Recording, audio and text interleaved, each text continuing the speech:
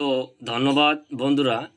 যে আজকের যে টপিকটি হচ্ছে যে জুলাই মাসের প্রথমেই যে গ্যাস নিয়ে আরও অন্যান্য 4টি গুরুত্বপূর্ণ খবর নিয়ে হাজির হয়েছি। তো ভিডিওটি যদি ভালো লাগে তো স্বপন টেক গুরু ইউটিউব চ্যানেলকে লাইক, শেয়ার, কমেন্ট এবং সাবস্ক্রাইব করতে ভুলবেন না। আর সবার প্রথমে ভিডিও নোটিফিকেশন পেতে আমার চ্যানেলটিকে সাবস্ক্রাইব করে আর বেল আইকন ঘন্টিটিকে অন করুন আর বন্ধুদের মাঝে শেয়ার করে দেবেন।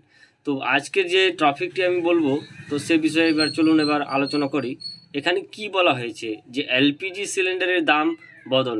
আগামী মাস থেকে এলপিজি সিলিন্ডারের দামই বদলে যেতে পারে বলে মনে করা হচ্ছে। গত জুন মাসের শুরুতেই বাণিজ্যিক গ্যাস সিলিন্ডারের দাম কমিয়েছিল।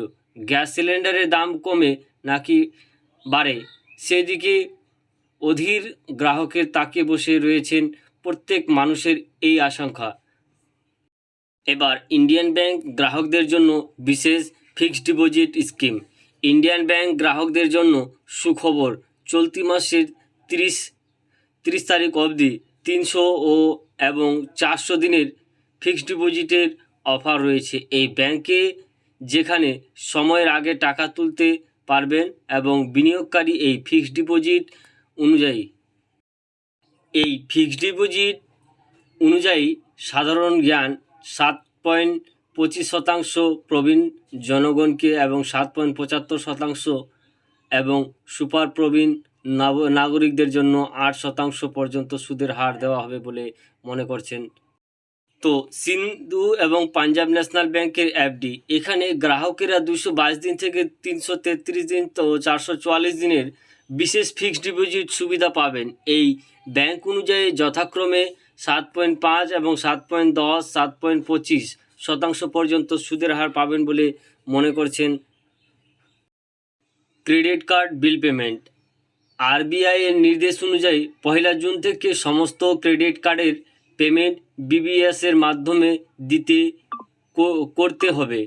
এখন পর্যন্ত ক্রেডিট কার্ড ইস্যু করার জন্য অনুমোদিত 34টি ব্যাংকের মাত্র 8টি ব্যাংক বিবিএস এর পেমেন্টের ব্যবস্থা সক্রিয় রেখেছে বলে ব্যাংক কর্তৃপক্ষ এবং বিভিন্ন রকমের মাধ্যমে জানা যায়।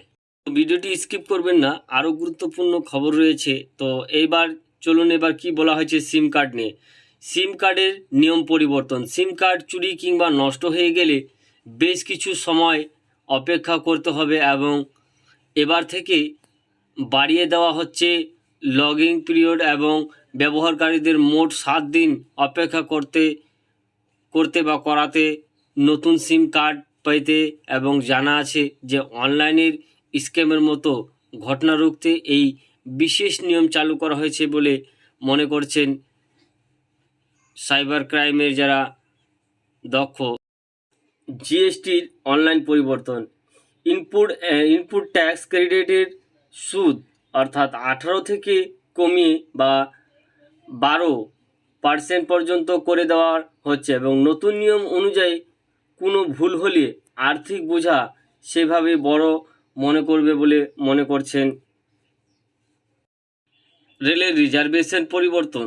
1 জুন থেকে যাত্রা এবার সিট বসেই বুকিং করতে পারবেন।